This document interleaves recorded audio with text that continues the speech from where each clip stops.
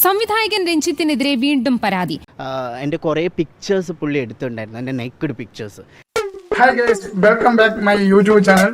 അപ്പോൾ എൻ്റെ പുതിയ വീഡിയോയിലേക്ക് എല്ലാവർക്കും സ്വാഗതം.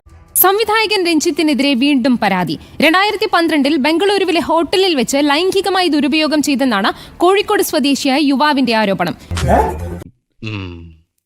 ഏതാ നിന്റെ രാജ്യം? കോഴിക്കോട്. ഇത്രയും നാൾ പരാതി നൽകാൻ ഭയമായിരുന്നുവെന്നും ഹേമ കമ്മിറ്റി റിപ്പോർട്ട് പുറത്തു വന്നതിനെ തുടർന്നുണ്ടായ വെളിപ്പെടുത്തലുകളാണ് ധൈര്യം നൽകിയതെന്നും യുവാവ് പറഞ്ഞു.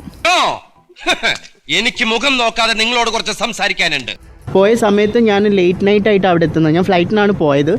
പുള്ളി താജ് ഹോട്ടലിലാണ് റൂം എടുത്തിട്ടുണ്ടായിരുന്നത്. കൊള്ളാം, എവനാള് കൊള്ളാം. എന്താ പേര്? 5 സ്റ്റാർ പ്രോപ്പർട്ടിയാണ്. അവിടെ ഒരു റിസപ്ഷനിസ്റ്റോ അല്ലെങ്കിൽ സെക്യൂരിറ്റിയോ ഒന്നും അറിയാതെ പുള്ളി ബാക്കിലൂടെയാണ് എന്നോട് വരാൻ പറഞ്ഞിരിക്കുന്നത്.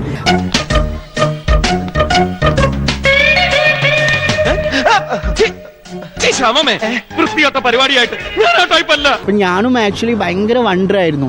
നിന്നോട് കുറച്ച് കാര്യങ്ങൾ സംസാരിക്കാണ്ട്, will you have a drink എന്ന് പറഞ്ഞിട്ട് പുള്ളി എനിക്ക് കുറച്ച് ഒഴിച്ചു തന്നു.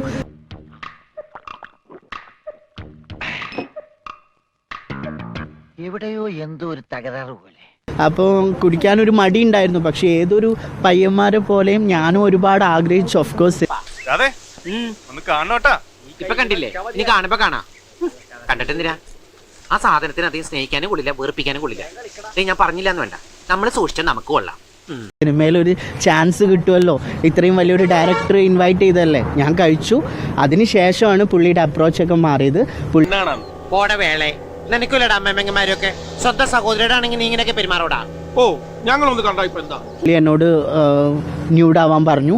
പുള്ളിക്ക് കുറച്ചും കൂടി പേഴ്സണലായിട്ട് പുള്ളി എന്നെ കുറച്ചും കൂടി ബോഡി അങ്ങനെ കാണണമെങ്കിൽ തന്നെ പോയി കണ്ണാടി നോക്കടാ ഊളകളെ. വായി നോക്കലെ ഇറങ്ങിയിരിക്കുക മനുഷ്യന്മാരെ വഴിയടക്കാൻ സമ്മതിക്കാത്ത നാറികള്. ശാരീരികമായിട്ട് പുള്ളിയുടെ ആവശ്യങ്ങൾ ഒരിക്കലും ഒരു അത്രയും വലിയൊരു എൻ്റെ മനസ്സിൽ അദ്ദേഹത്തിന് ഒരു ഇതുണ്ടായിരുന്നു. ഞാൻ അത്രക്കാരനല്ല സാർ, എന്നെങ്ങനെ കാണരുത്. ഒരു സഹോദരനായിട്ട് കാണണം. സാറിനും അമ്മയും പെങ്ങളും സിസ്റ്റേഴ്സും അല്ല മാത്തൂട്ടി, കാശ് തന്നെ വളക്കാൻ നോക്കണേ, എന്നെ കിട്ടൂല. ഒരു പൗരുഷമുള്ള ഒരു വ്യക്തി അത്ര. പക്ഷെ പുള്ളി പറഞ്ഞ കാര്യങ്ങളും എന്നോട് ചെയ്യാൻ പറഞ്ഞ കാര്യങ്ങളും വളരെ ടെറിബിൾ ആയിരുന്നു.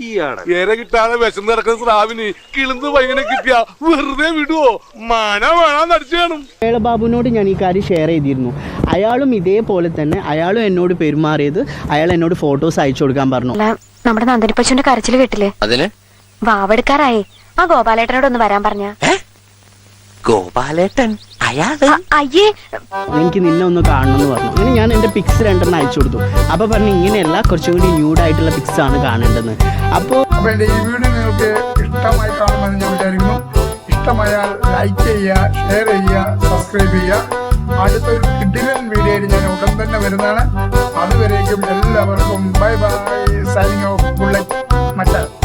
അപ്പോൾ മറക്കാതെ എൻ്റെ എല്ലാ വീഡിയോകളും കണ്ട് എൻ്റെ ചാനൽ ഒന്ന് സബ്സ്ക്രൈബ് ചെയ്യുക.